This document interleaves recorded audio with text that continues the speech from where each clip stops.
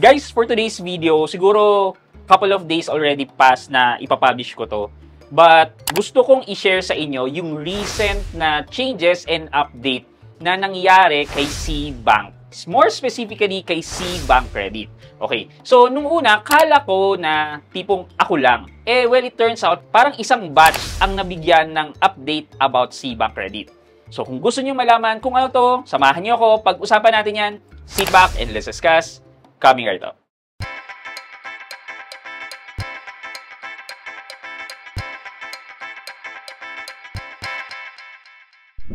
Hi guys, this is Pat and you're in Pat Quintos Review TV. So if you're new to my channel, I do reviews about personal finance na meron akong experience at ginawa ko na yan ng videos and playlist na makita nyo dito sa taas. At kung bago ka dito sa channel ko, you may want to consider subscribing to my channel. Okay guys, so C-Bank Credit. So guys, na-discuss ko na to sa inyo previously a day after na i-launch to ni C-Bank, pero hindi tayo pinalad na magkaroon ng access sa C-Bank Credit. However, just recently, may biglang nag-text sa akin saying na I can now apply for a C-Bank Credit. So ako, nagulat naman ako kasi actually, si C-Bank is one of my banks na ginagamit talaga. Lalo na nung hands-on ako sa computer shop business namin. Kasi ako yung nagpapaload ng mga electronic loads ng mga customer. Ayan.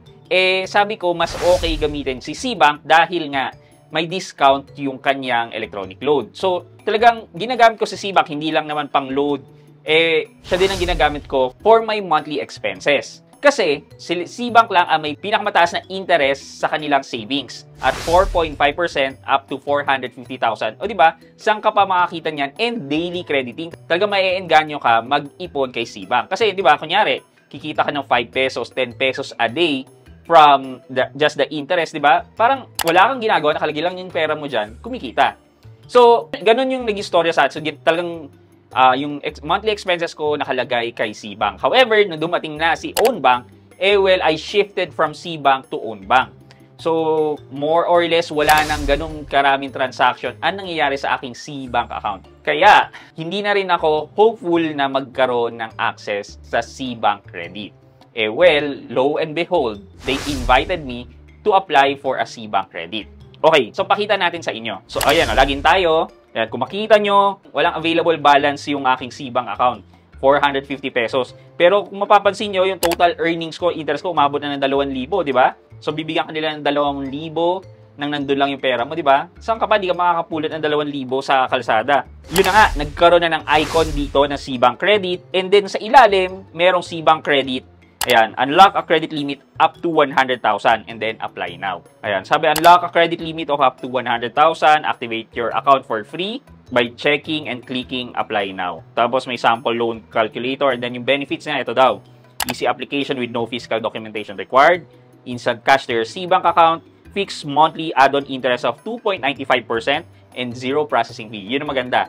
Wala ng additional processing fee, as in 2.95% lang na interest per month. And how it works, just activate your account, withdraw your loan, and automatic repayment on your due date. Okay, so check natin, mag-sample calculate tayo kung magkano ang 100,000. So sa 100,000, that's 11,283.33 na monthly payment. Ayan, let's try to apply. Ayan, check nyo yan and then click apply now. And then, i-enter nyo yung details nyo, personal information, yung income, contacts, and etc. And then, click Submit Application. Ayan. So, as in, ang bilis niya. Pagka-click, wala pang 5 seconds, lumabas na kagad na, congratulations, your approved credit limit is 30,000. Only pay a fixed monthly add-on interest rate of 2.95 and then maintain a good credit standing to increase your limit. So, feeling ko guys, nung nagkaroon ng update si C-Bank, mostly ng mga pinadala niyang notification ay mga pre-approved na. Kaya ganito kabilis. However guys, nung nag-submit ako ng application, nakatanggap ako ng ng email na we receive your application. Halos magkaparehas sila ng time, yan, na your application is successful.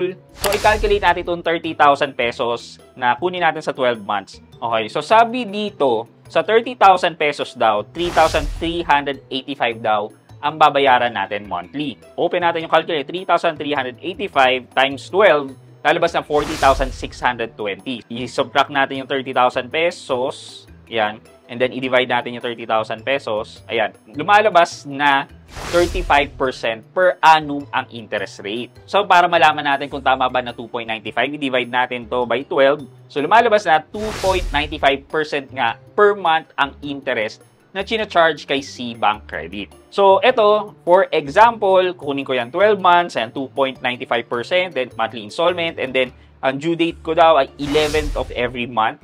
Ang first payment ko ay October 11. So, basically, today is September 11. Ayan, kaya every 11, kasi 11 ko daw siya kukunin.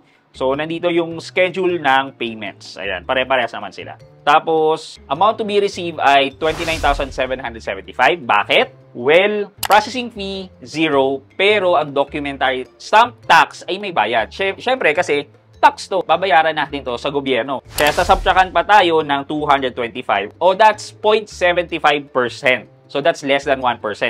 And then, i-disperse to sa inyong C-Bank account. And then, para saan ba? Ayan, bills payment, rent, or whatever. O, try natin.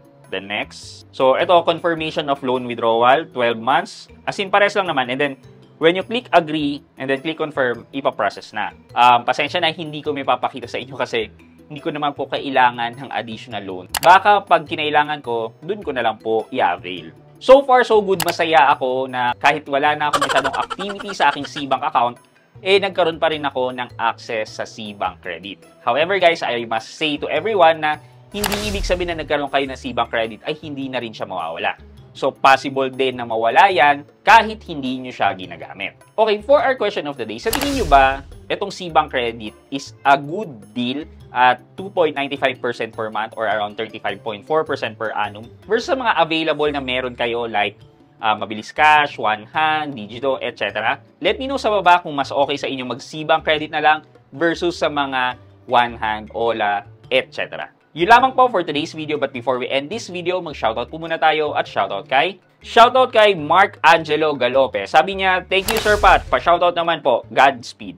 At Mark Angelo Galopez, shoutout po sa inyo at maraming salamat sa panonood at pagsuporta ng aking mga videos. Thank you so much.